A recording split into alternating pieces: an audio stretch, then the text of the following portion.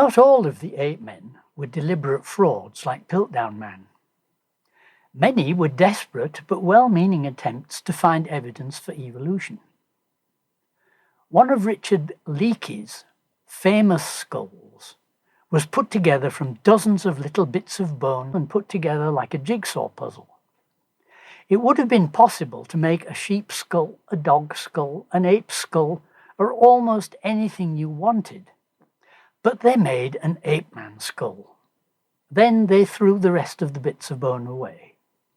The problem was that whenever an ape man hunter found large enough specimens to do a genuine reconstruction, it was always definitely an ape, or definitely a human.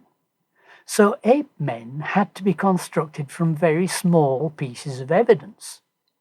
Teeth have been very popular evidence for ape men. A tooth was found in Nebraska by a geologist rancher called Harold Cook.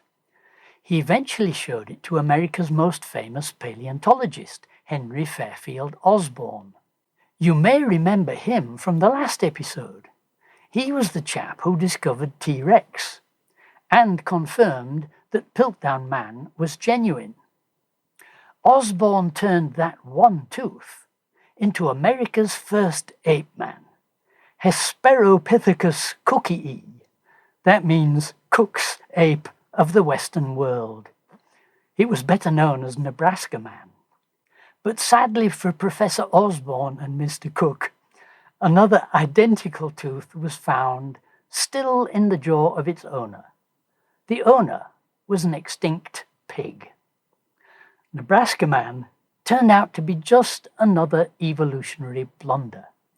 The result of Osborn desperately wanting to find evidence for evolution and fooling himself into thinking he'd found it.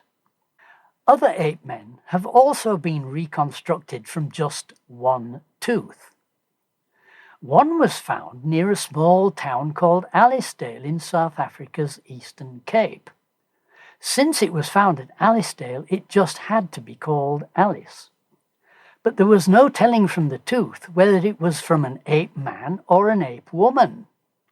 So when another smaller tooth was found, this became Alice's little brother. But after a big flurry in the media, everything went quiet. Alice and her little brother disappeared from the scene.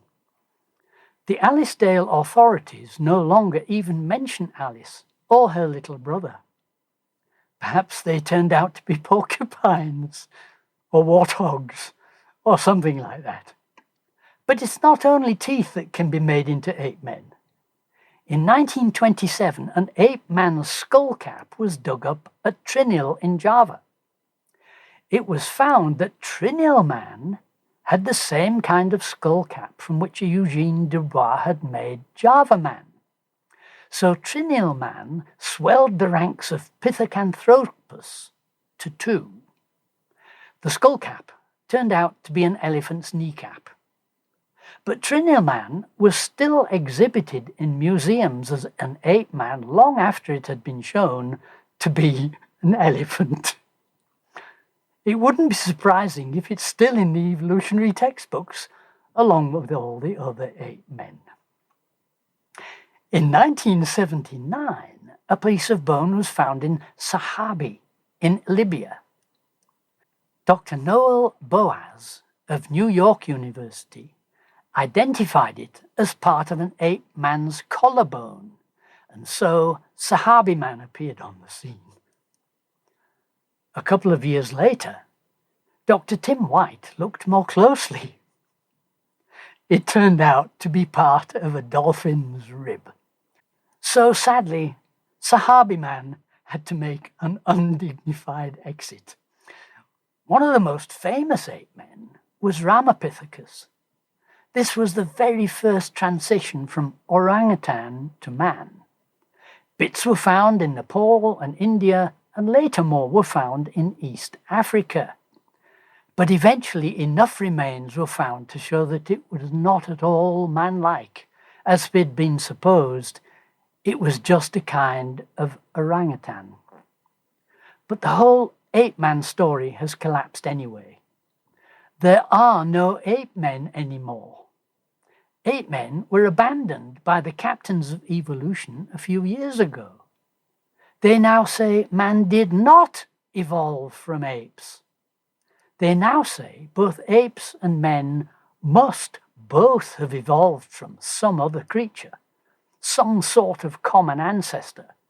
So now evolutionists admit they were totally wrong about all those ape men, including those that still exist in the museums and the textbooks. But they expect us to believe that now at last they actually know what they're talking about. They used to confidently show us diagrams of progress from apes to man.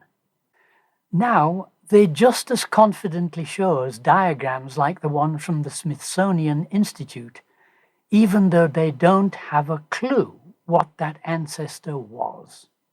On the 27th of May 2017, the BBC put out a science programme where Colin Barras admitted there was once an animal that was an ancestor to both humans and apes.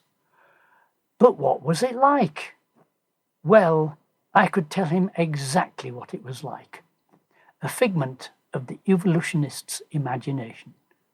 And how can I be confident of that?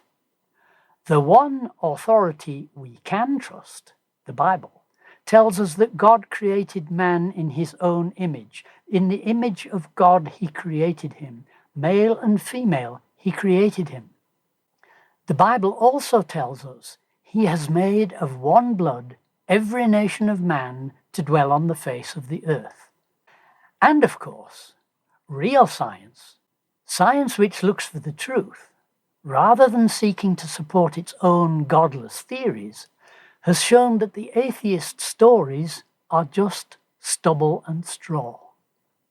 As Hoyle, Wickramasinghe, Spetner, Flew, Grasset, Bournour and many more have pointed out, the impossibility of evolution is a fact of science.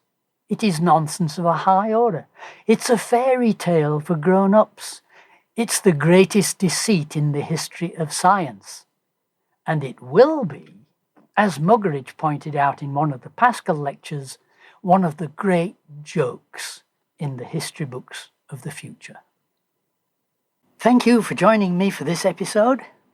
If you enjoyed it, please like, subscribe and press the bell so that you'll be notified as I release new movies. If you'd like to support this project, you're welcome to do so through Patreon. Find a link on my channel banner and in the description below.